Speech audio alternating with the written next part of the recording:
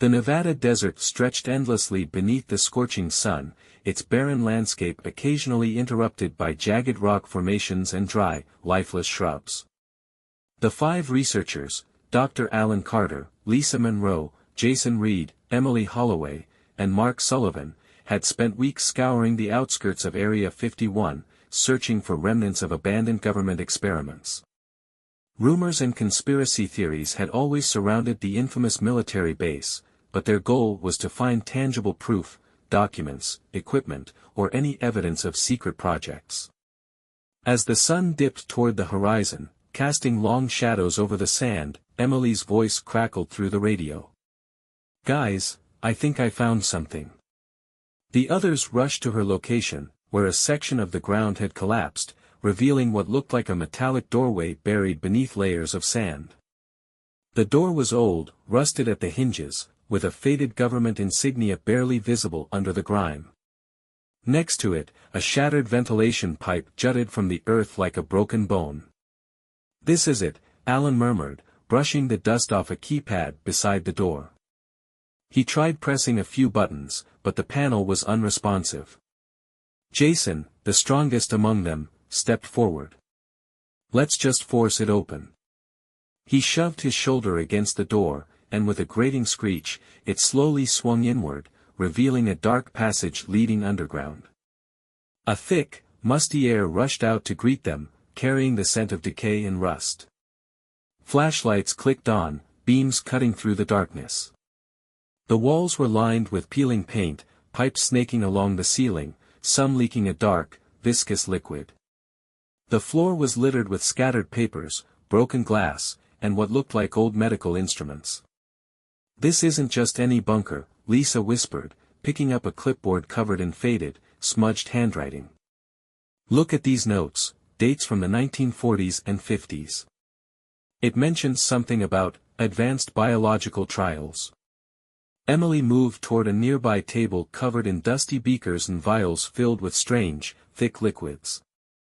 Some were deep crimson, others sickly green. She turned to Alan, who was examining a rusted operating chair with leather restraints still attached. "I think this was a lab," she said. Jason shined his flashlight ahead. "Then let's see what they were hiding." They moved deeper into the facility, their footsteps echoing against the concrete walls. Then they found them, the glass cylinders. There were dozens of them, stretching down the length of the corridor. Some were cracked, their contents long dried. Others remained intact, filled with a murky, greenish fluid. Shapes floated inside, humanoid, but deformed. Limbs twisted at unnatural angles, faces bloated and grotesque. Some of them had eyes that seemed to follow the group's movements. "Jesus Christ," Mark muttered. Lisa covered her mouth, suppressing a gag. What the hell were they doing here? Alan stepped closer, inspecting one of the intact cylinders. "These aren't just experiments. These were people." And then Jason made a mistake. Jason, always impulsive, reached out to touch one of the tubes. His fingers barely brushed the glass before he stumbled on a broken pipe, losing his balance. He grabbed onto a nearby shelf for support, but it wasn't stable. Everything happened in seconds. A row of vials toppled, shattering against the cold floor. One of them cracked open right at Jason's feet, releasing a thick, black vapor that coiled like living smoke. "Shit, shit, shit, back up!" Lisa yelled, covering her mouth and nose. Jason coughed violently, waving his hands in front of his face as the vapor dissipated into the air. He stumbled back, his eyes watering. Alan grabbed his arm. "Are you okay?" Yeah, I think so," Jason rasped. His breathing was shallow, but he seemed stable. "Just burned my throat a little." Emily turned toward the broken vial. The label had mostly peeled off, but she could still make out one word: exposure. A deep sense of unease settled over the group. "We need to leave," she said. Mark nodded. "Yeah, before we break anything else." They turned back toward the entrance, but something was wrong. The corridor stretched ahead, but it looked different. The rusted pipes and cracked walls were the same, but the direction felt off. The door they had entered through was gone. Lisa spun around. Wait, wasn't the way out just here? They backtracked, checking every passage. The hallways seemed to twist and shift, like a living maze designed to confuse them. Jason groaned, pressing a hand to his forehead. I don't feel right. Alan glanced at him. His face was pale, sweat beading on his brow. We need to get out now. But the further they walked, the more they realized the truth. They were lost. The deeper they moved into the facility, the more it seemed to defy logic. Hallways that should have led back to the entrance now curved into new, unfamiliar corridors. Doorways they had passed before were gone, replaced by smooth, featureless walls. Every step forward made the air feel heavier, pressing down on their chests like an invisible weight. We couldn't have gone that far, Emily said, frustration creeping into her voice. This place isn't big enough to get lost in. But it was. Jason's breathing grew more labored.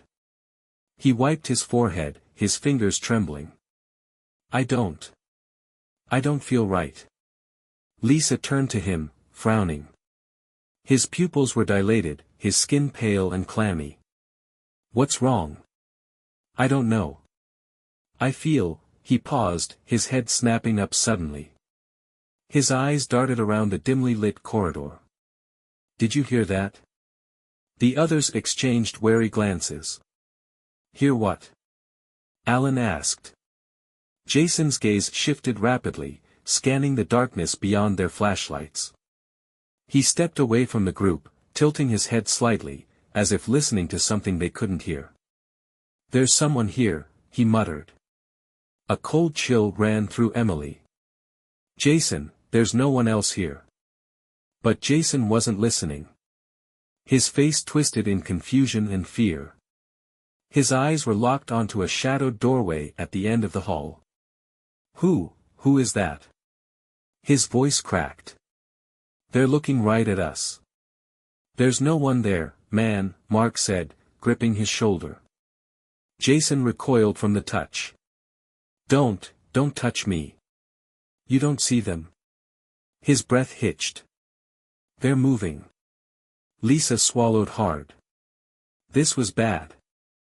The black vapor, the exposure, something was messing with his mind. Alan reached for Jason, his voice calm but firm. We need to stick together, okay? We'll find the exit. Jason shook his head violently. No, they don't want us to leave. His hands trembled as he pointed toward the darkness. They're right there.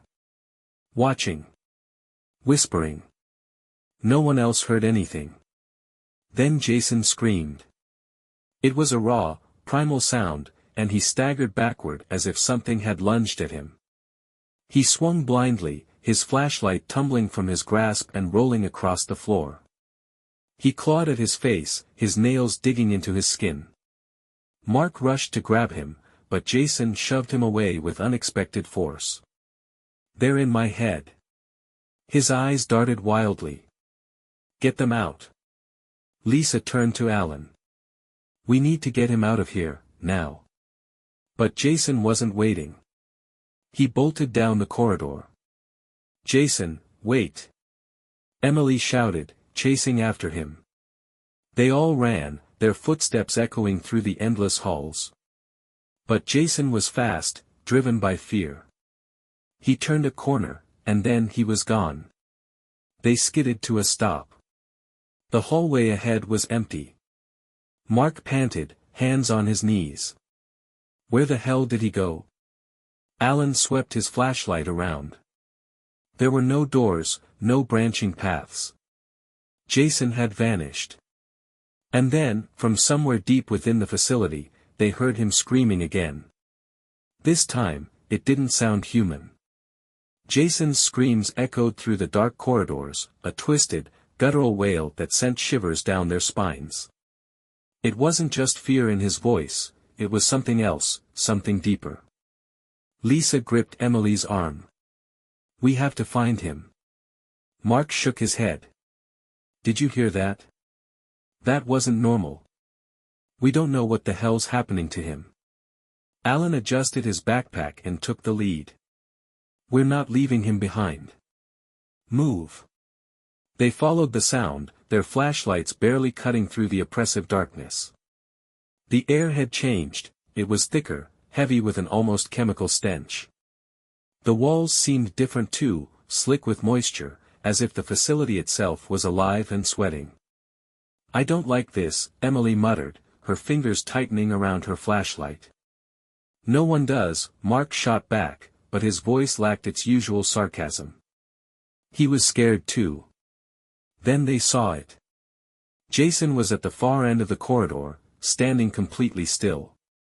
His back was to them, his head slightly tilted, as if listening to something they couldn't hear. His flashlight lay on the ground beside him, flickering weakly. Lisa stepped forward cautiously. Jason? He didn't respond. She swallowed hard and tried again. Jason, we need to go. We. He turned. Lisa gasped and stumbled back. His eyes, his pupils had expanded so much that they consumed almost all the white.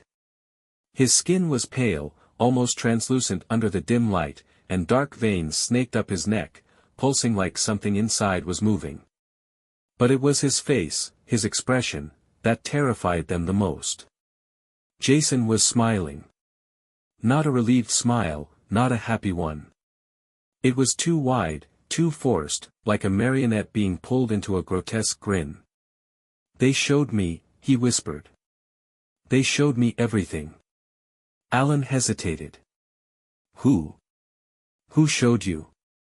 Jason's smile twitched, and his head cocked sharply to the side. They're here.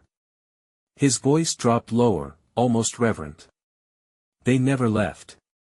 Emily's breath caught in her throat.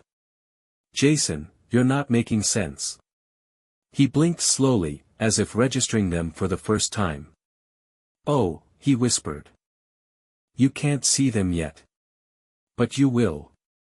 Then he laughed. It was an awful sound, hollow and wrong, like something pretending to be human. He took a slow step toward them, his movements jerky, unnatural. Lisa grabbed Alan's arm. We have to get out of here. But Jason lunged. He moved too fast, faster than he should have. His hands clawed at Alan's jacket, his strength unnatural.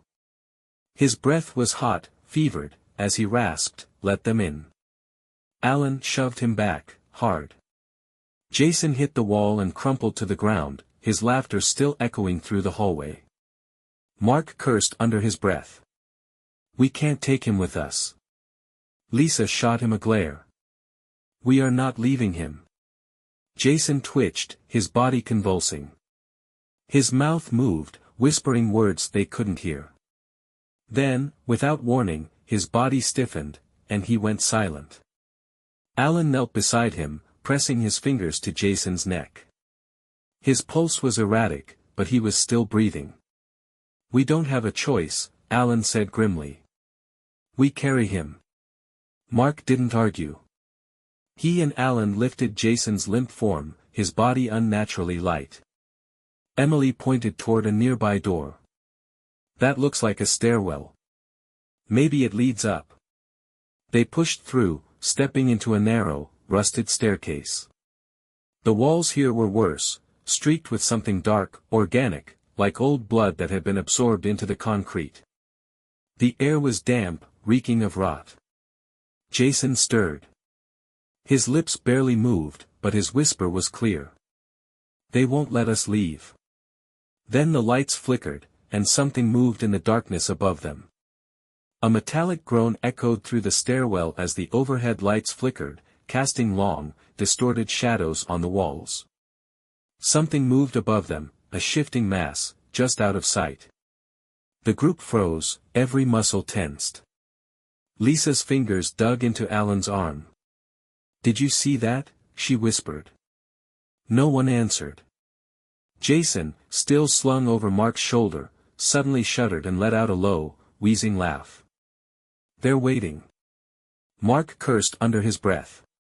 We need to keep moving. Alan took the lead, stepping cautiously up the stairs. Each step creaked under their weight, the sound unnaturally loud in the suffocating silence. The walls here were slick with moisture, and an unidentifiable black mold spread in intricate, vein-like patterns. The air smelled of decay, of something ancient and rotting. We should have found an exit by now, Emily murmured. This building, this place, it's shifting. Lisa shot her a sharp glance. What are you talking about? Emily hesitated, swallowing hard. Think about it. We entered through one door. But now, the hallways are different. The structure, none of it makes sense. Alan's jaw tightened. She was right. The facility was warping, twisting around them. Something was keeping them inside.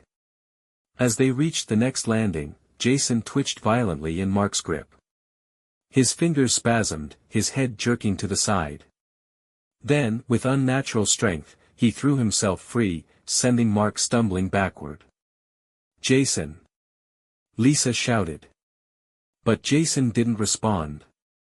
His head hung low, his fingers twitching as he took slow, deliberate steps forward. Emily gasped. His eyes. Jason lifted his head, and the dim light illuminated his face. His pupils were fully dilated, pitch black, swallowing the color of his irises completely. The veins on his neck had darkened, spiderwebbing up to his temples. He grinned, but it wasn't him anymore. You should have left when you had the chance, he rasped. Then he lunged. Lisa barely had time to scream before Jason was on Alan, his hands clawing at his throat. His fingers dug in with inhuman force, his strength no longer that of a normal man. Alan choked, struggling against him, but Jason's grip was unrelenting.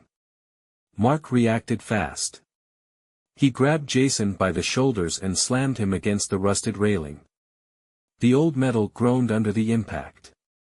Jason laughed, a broken, wet sound.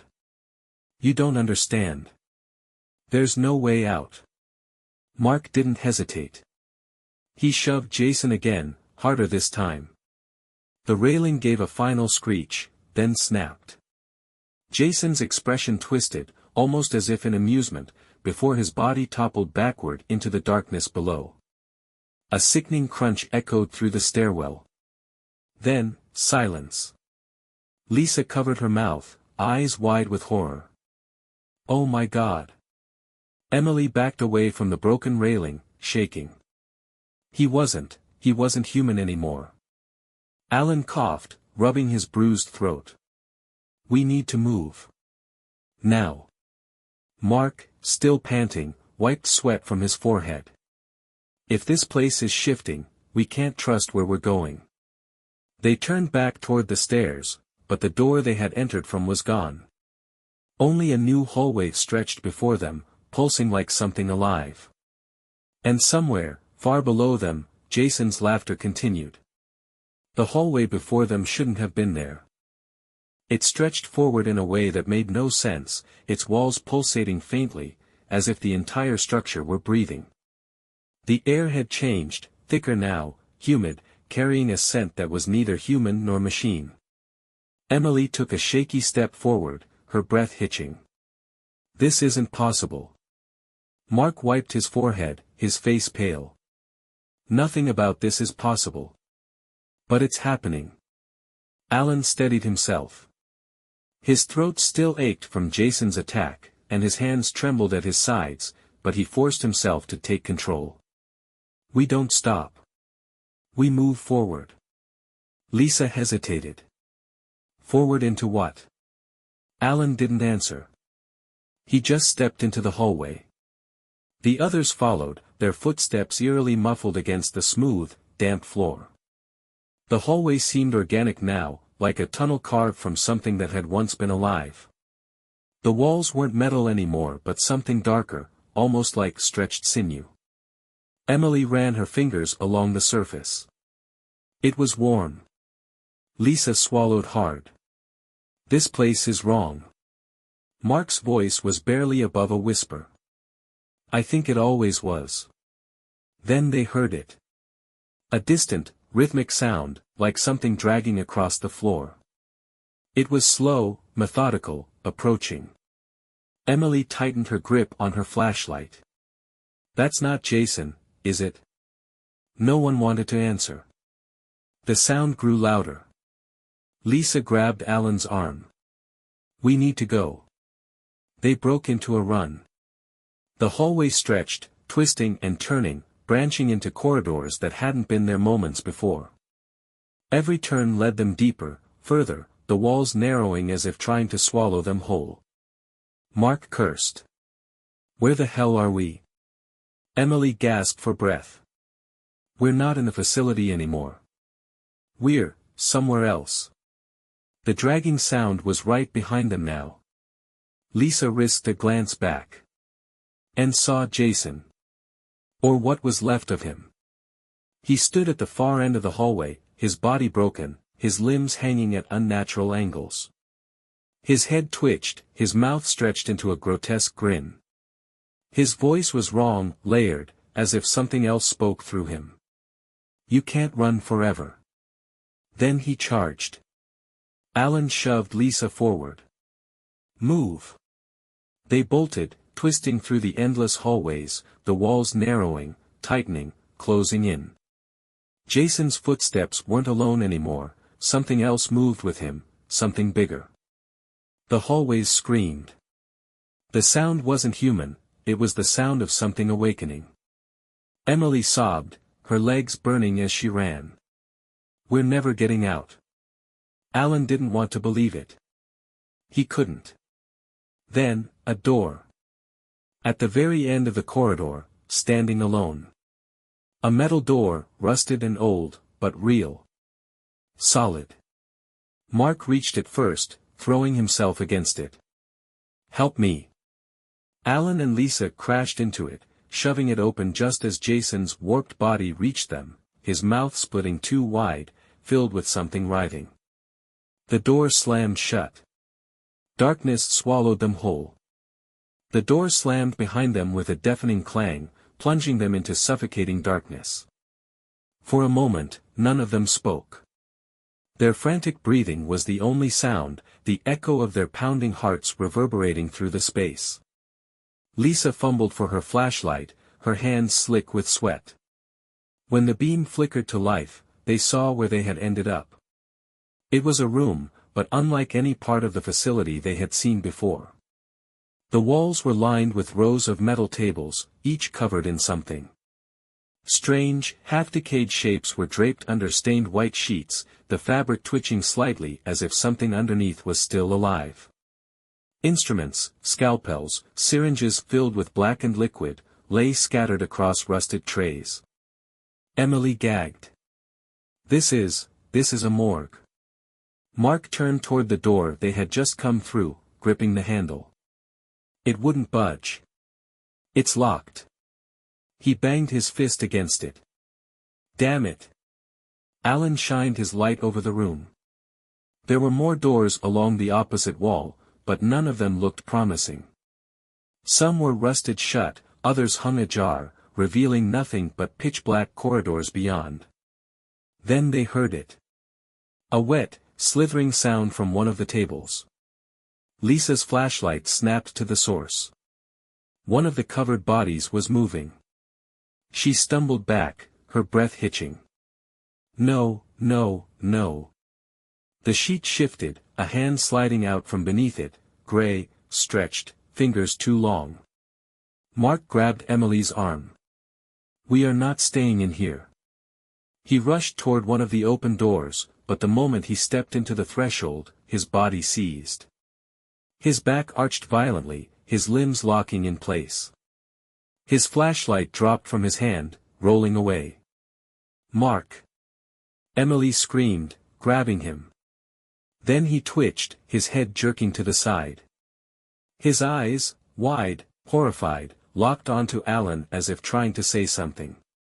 His lips parted, but it wasn't his voice that came out. "This place belongs to us now." Then something pulled him. Mark's body was yanked into the darkness, his scream echoing for only a second before it was cut off, like something had swallowed him whole. The silence that followed was absolute. Emily collapsed to her knees, sobbing. Lisa pressed a hand to her mouth, shaking. Alan stood frozen, staring at the doorway where Mark had just been. He's gone. Lisa grabbed his arm. "We need to move. Now." Emily, still shaking, wiped her face and nodded weakly. "There has to be another way out." But Alan didn't answer. He was looking at the sheets again. Because they weren't still anymore. They were all moving. The sheets shifted, writhing like something beneath was trying to wake up. Lisa grabbed Emily's arm, dragging her toward the farthest door. "We're not staying here." Alan didn't move. His flashlight shook in his grip, the beam trembling as it passed over the twitching bodies. The air had changed, thicker, warmer, like the breath of something enormous filling the room. Then, one of the sheets peeled back. A figure sat up on the table, a corpse or something that had once been one. Its skin was stretched too tight, its face sunken, hollowed. But its eyes were watching them. It grinned. Alan snapped out of his daze. "Go. Now." Lisa flung open the far door, but it didn't lead to an exit, just another hallway, twisting and pulsing like a vein through a living thing. Emily hesitated. This isn't right. Behind them, the corpses moved all at once. A wet, choking sound filled the air as more of them sat up, their joints cracking, their mouths stretching open in soundless, horrible laughter. Alan didn't wait. He shoved Emily forward, following Lisa into the hallway. The walls narrowed around them as they ran. The deeper they went, the smaller the corridor became, until it wasn't metal anymore. It was flesh. Lisa was gasping. "Where are we? What the hell is this?" The tunnel pulsed, twisting, shifting. And then, Emily screamed. Alan turned just in time to see her sink into the floor. No, the floor swallowed her. The fleshy tunnel rippled, her body melting into it, dragged downward as if the place itself had decided to consume her. Lisa lunged for her hand, but it was too late. Emily's fingers slipped from her grip, her terrified eyes locking onto Lisa's for one final second before. She was gone. Lisa let out a strangled sob, backing away. "We're all going to die here." Alan grabbed her wrist. "No. We keep going." But Lisa shook her head, her breath ragged. "No, we're trapped. We never had a chance. We were never meant to leave." She stepped away from him, her face calm now. Before Alan could stop her, she turned and walked back into the darkness. And just like that, she was gone. Alan stood alone. The walls shifted, the tunnel tightened. The air grew hot, pressing in on him. Then, a voice. Jason's voice. "It's just you now." Alan turned, but the tunnel was gone. He was in the original hallway. The one they had started in. The lights flickered, the air still, as if nothing had happened. Except it had. He was alone. His friends were gone. But something else was still here. Jason's laughter echoed from the darkness. The sound stretched, warped, until it wasn't Jason's anymore. It was something older. Something hungry.